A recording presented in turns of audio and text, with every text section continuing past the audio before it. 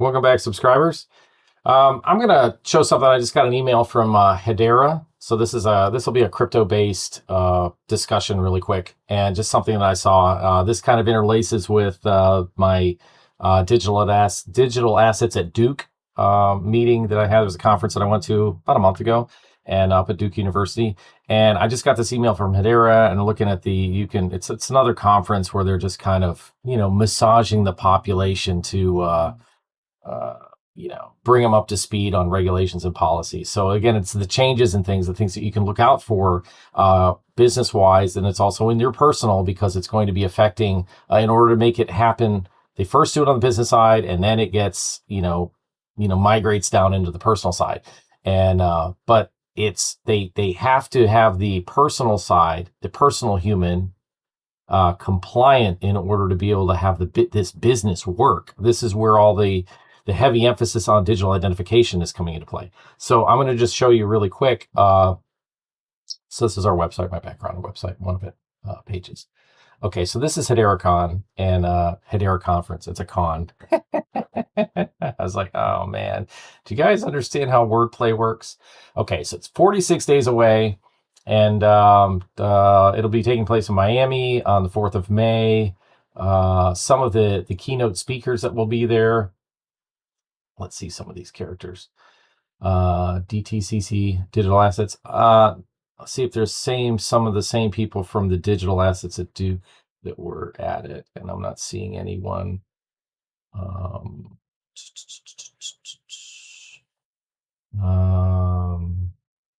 But anyway, there's some pretty big ones. President's Council Advisor Digital Assets. So there's definitely some pretty heavy hitters that are at this conference. Treasury and Trades. It only appears like it's going to be one day, and I don't know if they're just going to put panelists up and run them through, because the actual conference is only, it looks like it's only one day. What to expect? Registration, session begins, cocktail reception. So that's not a lot of time for as many people that are being that are part of this. So what are the key aspects? What are the things that they're going to talk about? Embedding trust in financial real-world assets, tokenization. Same thing, like if you look at my digital assets, the Duke stuff in our site, on our page, ReservoirHuman, it's inside of here. Let's see, Web3. I cover all this. It's basically the same thing, because I was considering like maybe I should attend this, but it's the same rhetoric, same stuff. Only it's a lot more. There's a lot more people, and I don't think you're going to get the personalized ability to be able to talk to some of the people, these higher ups, to find out what's actually really going on. But since we already know a lot of these other key aspects and things and elements that are coming into play, it's setting a trend so that you can kind of see the language and the frequency of the consistency that they're doing. So that's good. So I'm seeing consistency. I'm not seeing a difference of language and organization. The organizational sides is the same. It seems very similar. AI and Web3, responsible, innovation-powered, and verifiable Web3 infrastructure. So what I found is that the Web3 it's an element that is incorporating the internet itself in the each individual website. Like they don't have a currently there isn't a system in the old way. I guess like Web 1, Web 2.0, the old, the current system we're basically running on. It doesn't really have a direct identification to your company and your website. Now you put it in there as identification. So like if you were giving somebody a business card or an email or something like that, your email address is going to, or your website domain name is going to be associated with the communications that you have with your company. But there isn't necessarily a digital oversight that recognizes and says, oh, hey, this domain is related to this company. Okay, there isn't a direct tie-in, and the internet didn't have a coding capability to be able to have that happen. And in Web3, it does have that. So there is a like a confluence, if you will, of all these different pieces and parts that will identify that whenever this is cutting down on scamming. This is really where this comes from. So when you're doing business with somebody, and if anybody's ever been scammed through, whether you got a phone call or something, somebody will send you an email and you click on it, and the domain address does not, it's just one single character off. It might be a dot or a hash or a hyphen or a something, and the domain doesn't really match actually with what the real company is. What's happening is these scammers are taking a clone snapshot of a website, and they're creating an exact website, but they're creating a domain that is similar to the domain, and to the layman that don't really understand how these scams run, they'll just click on it, and when they click on it, it actually is going into a completely different like portal, and then the people they're getting taken for a ride. So when Web3 happens, there'll be an identification. The reason why they're doing this is that there'll be a direct identification to the domain address that is linked directly to the company. So like right now, the past year I've talked about this beneficial ownership, or BOI. That's taking the identifying with now a driver's license identification, a KYC, to an actual business. So that's the first step. So you have to link the businesses together, or the people to the businesses. So before that wasn't a thing. That was a way to get around, paying taxes and so on and so on. It was a scam mechanism. So they've eliminated that. The next one will be Web3 and the incorporation of the web addresses to the company. So it's like the company owns it. So even if you go out and you buy this goes back to scams that somebody can just fiddle monkey with the domain name, and you think that you're on the right website, but you're really not. Like if anybody's been in crypto and you've gotten Coinbase emails, or I've gotten emails from like Trezor and Ledger, cold storage wallets, and it's like, you guys don't have my email address. How the hell are you guys sending me a message? Somebody has gotten my information material, and the emails look totally legit, but there's no way for any of these crypto companies to actually have my email address, because I never registered. So right there is telling you it's a scam. So that's one aspect. I don't know how deep they're going to go into that, but that's ultimately what the goal is of this. Sustainable finance, real world examples of DLT enables green investments, climate related funds to be tracked and allocated, and transparency and traceability and trust. And this is a big factor to this new digital system, is that I'm going to do a video on this in the site, and I'm going to explain the elements of how this kind of feedback loop works inside the digital system with businesses. So it's not just think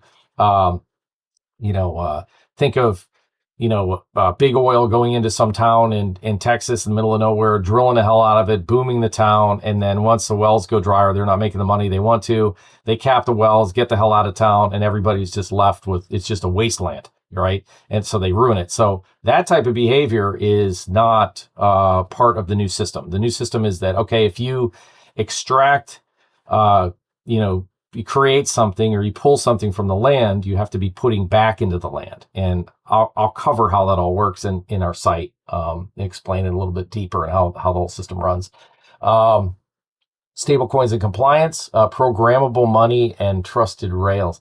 So this is another one that we've already been part of this. Programmable money is the first inception of this would have been like rewards cards, or a gift card or something like that. That's technically like a casino chip that each company allows you to convert fiat dollars, USD or whatever your currency is, into Crate and Barrel or Bed Bath and Beyond or whatever, a steakhouse or something like that. And then you get a little gift card that's associated directly to the cash credits that are being used for that particular business. So that's what it is. When people hear programmable money, they're like, oh no, they're gonna program my money so that I won't have any access to it. They could shut it off, which actually is true if you're a bad egg inside the system. Just imagine the power of that if you had people that were not following the rules and were compliant, that if you're a dirty birdie, that would be an advantage. The disadvantage, I think, is where people, that when they hear that, they automatically assume that they're just gonna take your money away from you. And that's not what they want to have happen. This isn't some oversight, like overlord system that's going to be, flattening you and putting you in the poorhouse just because you're following all the rules. So when I say all the rules, it's basically just having identification so that you can be you're a citizen inside the system, that they can identify like who you are, so that we can get rid of a lot of these foreign adversaries that are coming into the United States. Let's see, stablecoins, policy regulation, how recent U.S. International developments are shaping the industry, leadership and real-world utility and vision, insight, Hedera Council, industry pioneers, ecosystem builders. So probably the big one is that I say is the sustainable finance. Okay, and again, that is part of the main backbone and the reason why this whole system is being implemented, because they want to create new money, new jobs, new places of opportunity.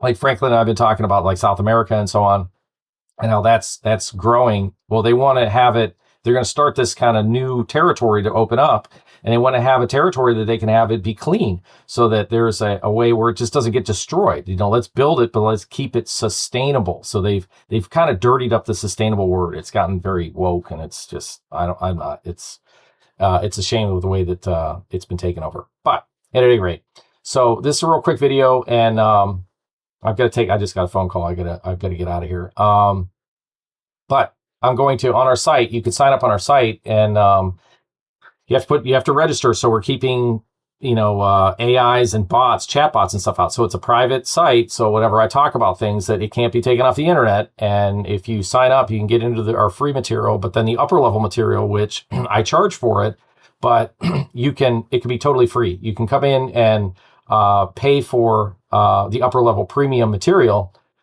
which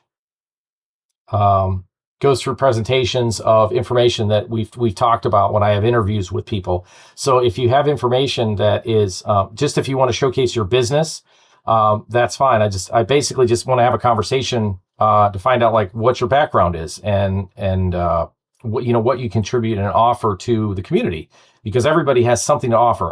You don't have to have a business, but something that you have seen in your real world experiences and the information that you've pulled in as a human.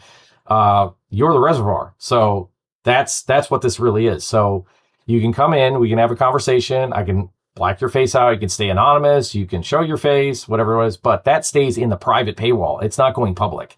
So if you have, everyone is some sort of insider. So if you've got some kind of information that is identifying, whether it's geopolitical, business, personal, health, whatever else, that you're seeing things, but you have solutions. You don't just have questions. You have some solutions of what you've done in order to rectify, these issues and problems and things that keep getting dumped on us as humans, that we want to know what that is, because we have a lot of information, and we're like, well, we can go ahead and share this. And I'm just putting this information together really for us, for our internal, our movement and what we're doing, so that I can keep it all straight. So I can keep it all in one centralized network. So something like this, it's on, it's public in YouTube.